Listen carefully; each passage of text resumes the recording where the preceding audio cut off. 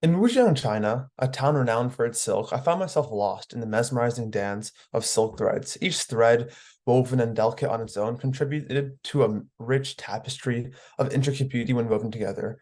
However, amidst the hum and looms of the shimmer of the fabric, I had an epiphany. From a distance, the world of international finance might seem as complex and intricate as a piece of this finely woven Wujiang silk. And just as each thread is vital to the fabric's design and strength, every individual, no matter their background or financial status, plays a crucial role in the vast expanse of our global financial system. But here's the twist. While the silk threads have been weaving their stories for centuries, there's a new weaver in the realm of finance, and that's technology. And it's revolutionizing how we think and how we operate with money, access, and opportunity. That day in Wujiang, as I traced the patterns on a silk scarf, I realized that we're all part of this grand design. And with the right tools, like the loom for silk, we can all ensure that everybody, no matter where they are, is woven into the fabric of our financial future. So let's embark on this journey together and explore how technology isn't just the changing of finance, but the redefining of it, ensuring that no thread is left behind when used together in conjunction. So imagine a world where your existence is almost invisible, a world where, despite being a part of a bustling crowd, you're often overlooked or completely unheard. This isn't the plot of a new sci-fi movie. This is the reality for billions of people globally, and these are the unbanked. And now, when I say unbanked, I'm not talking about people who have misplaced, their passwords or forgotten their wallets, although let's admit we've all been there. No, the unbanked are individuals who, for various reasons, don't have access to the conventional banking services. They're not just missing out on these fancy banking apps or, these nice banking branches, or even missing out on earning interest and savings. They're excluded from the very basic financial system that most of us take for granted and that we use on a daily basis and that we trust with our future. So think about it. The simple act of, receiving a paycheck, paying bills, or even buying something online can become Herculean and extremely hard when you're not banked. It's like trying to join a conversation. We don't even speak the language, so how can you even start? And in our modern world, where finance is the language of opportunity and the language of helping you and your family, these people are left voiceless. But here's the twist. While they might be silent in the traditional financial narrative, technology is helping them, and they are a majority of the people in the world. Billions of stories, billions of dreams and aspirations are waiting to be heard and waiting for a chance to join the global financial conversation. So what if I told you that fintech, as I was saying before, the combination of finance and technology is much more than just, a convenient app on your phone. It's a revolution. It's a movement and it's very diverse. It's the bridge that connects the silent majority of people in the world, especially people in the global south and in third world countries, to the bustling global marketplace. And during my time working with fintech companies such as loan payment processors and teen finance market exchanges, I learned that these companies are intelligent, and I've seen firsthand the potential that this industry has to transform places like America and Europe, but also places that have lower HDIs and aren't as developed. And it's not just about making the lives of these people a tad easier or our transactions a bit swifter. It's about reimagining the very fabric of what we believe to be our financial systems. And here's where it gets exciting. This isn't just, adding a digital layer to the old ways. It's about radical innovation that helps everybody. It's about looking at age-old problems that haven't been innovated in a long time and saying, what if there's a better way? And trust me, with fintech, there almost always is. So next time you use that app to split the dinner bill, remember, you're not just avoiding the math, which let's be honest, is a win on its own. You're also part of a revolution that's reshaping the world one transaction at a time.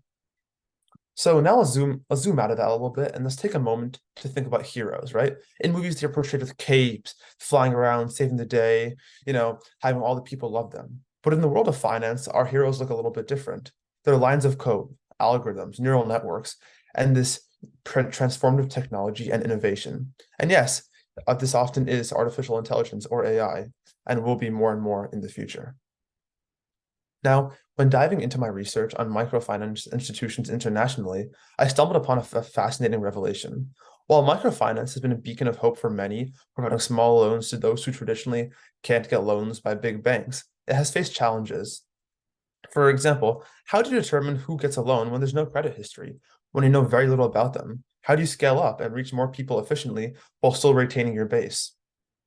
So that's where I think AI can really change the game. Not with the cape, with data-driven insights by analyzing patterns and behaviors and seemingly data points that are completely unrelated, like how often someone charges their phone, for example. AI can predict financial behaviors with astonishing accuracy and can help billions of people worldwide. So it's almost like having a Sherlock Holmes, right? But instead of solving crimes, he's figuring out who's likely to repay a loan. And trust me, he's quite literally on the money. But beyond the clever algorithms and tech jargon, there's a deeper story. AI and microfinance isn't just about smart banking, it's about trust. It's about believing in the potential of individuals and investing in the potential of individuals, even when these traditional systems have cast them aside and said, you're not worth my time. So I've seen villages where AI powered microfinance loans have transformed entire communities, and there's stories of these places online. So the next time you hear about AI, think about beyond robots and beyond sci-fi, and think about the silent revolution fueling in the corners of our world that we often forget. Because in the realm of microfinance, AI is often the unsung hero and can champion a bright future if we use it correctly and use it for the right purposes. So I've also worked with a large social and financial education NGO. And over here, I encountered some surprising things. I encountered stories that were both heartwarming and heartbreaking, sometimes at the same time. And these stories underscored the fact that finance is not just a cold, right? It's not just a cold, calculated realm of ledgers and balance sheets and sharks trying to hurt other people. In fact, it's deeply human once you get out of that corporate finance-esque mindset. And this is where I believe the synergy between financial institutions and social well-being becomes evident. Because when we talk about integrating financial services with social services, it's not just something like a strategic move or to optimize profits. It's a recognition that financial decisions can impact lives, communities, and futures for those who often don't really have much other choice. Yet, the beauty of this human aspect is that it's reciprocal, right? As much as finance impacts lives and people with their unique stories and experiences, it also shapes the world of finance and the larger world of business. It challenges it, it pushes its boundaries, and AI infuses this with purpose. So as we navigate the complexities of finance, AI, and the global finance systems, let's always take a second to think and remember that the heartbeat behind every transaction, the dreams behind every loan, and the aspirations behind every financial decision is often a person, a human being on the other side of it. And because at the end of the day, finance in all its vastness is deeply personal and profoundly a human endeavor, no matter what area or side of finance you're looking at. So as we sit back and revel at the transformative power of fintech and the promise that it holds for us, for others, and for the future in general, it's essential to also acknowledge the challenges ahead. Like any trailblazing journey, the path to a fully inclusive financial landscape and financial world isn't easy. It's not some, 5-minute jog. It's a mountain. It's a mountain that we have to climb, and it's a mountain that we have to bear, and it's something that'll take a lot of time, a lot of effort, a lot of energy, but will have amazing implications for everybody. So when talking about this, I think there's a few things we should consider. First and foremost, at least in my opinion, are regulatory hurdles, right? As we've seen in the world around us, AI and fintech, since they're very new, they're often in a gray space that's not fully regulated, but that's not fully unregulated. So it's easier for them right now to outpace the regulations that were designed for a pre-digital age. However, regulations will soon come for them. And this mismatch can kind of lead to roadblocks that slow down innovations that have potential to change lives and help people. So I believe it's a delicate balance of what we need and what we want. And it's a delicate balance of ensuring customer protection while also encouraging and not stifling innovation. Then there's the issue of trust, right? And this is a big issue for me, myself, and those around me. Because in many communities, especially those who have been historically underserved or historically oppressed, there's a deep-rooted skepticism of financial systems, and this oftentimes is well-founded, as these people have been let down before. And let's be honest, with the occasional headline of data breaches and cyber attacks, some might think twice before jumping onto the financial bandwagon, especially one that's powered by digital solutions such as fintech and AI. Of course, it's not all happy days in the fintech world. But jokes aside, these challenges aren't insurmountable. They're opportunities to collaborate with others, opportunities for regulators and innovators to come together for a brighter future and for a more innovative future that addresses everybody's needs, no matter who you are. And it's an opportunity for community engagement, for building robust, secure platforms that prioritize the needs of users and their safety while not sacrificing on either of them. So in climbing these mountains, we're not just going to, overcome obstacles or overcome hurdles. We're setting the stage for a future where finance is truly for everybody, and where trust is rebuilt, and where the promise of fintech is fully realized. So as I've talked today about silk threads in Wujiang, China, to the digital threads of the future in fintech, one thing became abundantly clear.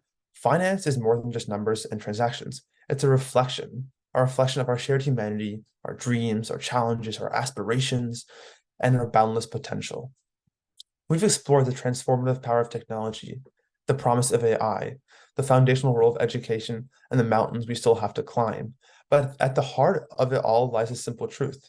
Every individual deserves a seat at the financial table in whatever capacity that means. In a world that's constantly evolving and that hopefully will continue to constantly evolve, where the lines between the physical and digital world are blurring and will continue to blur even more and more and more as time goes on. And in this world, innovation hopefully can remain constant, but we have to remember to anchor ourselves in the values of inclusivity, trust, and empowerment.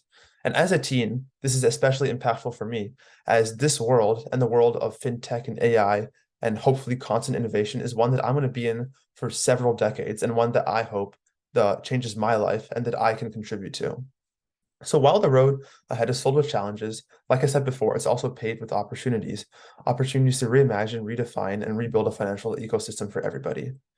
So as we look to the future, I think as youth, as people who want to be potential future change makers, but also people that are older and people that have already contributed to the world more than someone like I, who's a teen, might have, people like us, the change makers and the advocates and the educators and everybody else, have to all champion a world where finance isn't just a privilege, but it's a human right. A world where every thread, no matter how seemingly insignificant to me or you, is woven into a rich blend of global financial inclusion. So thank you. And together, let's shape a future that's not only prosperous, but inclusive and just for everybody.